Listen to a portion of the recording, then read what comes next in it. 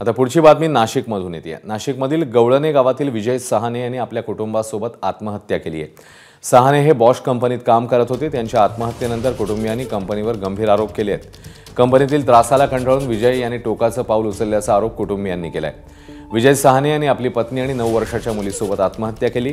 दरम्यान सहाने कुटुंबाच्या आत्महत्येनंतर आरोपाची सखोल चौकशी व्हावी अशी मागणी आमदार खोसकर यांनी केली आहे। आज आमच्या घरातले कुटुंबातले 3 व्यक्ती जात आहे। आज आमच्या कुटुंबावर काय वेळ आली असेल आम्ही शब्दात व्यक्त करणं शक्य नाही।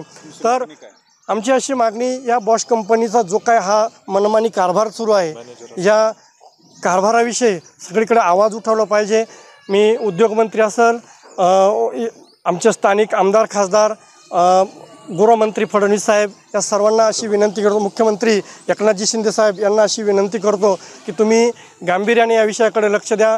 एक कुटुंबाला असं संपत राहिलं तर निश्चितच कुठेतरी या गरीब कुटुंबाला न्याय मिळणार नाही। या आम्हाला न्याय मिळवण्यासाठी व्यक्तिशः सर्वांनी असं प्रयत्न करावा अशी माझी मागणी आहे। एबीपी माझा, उघडा डोळे बघा नीट।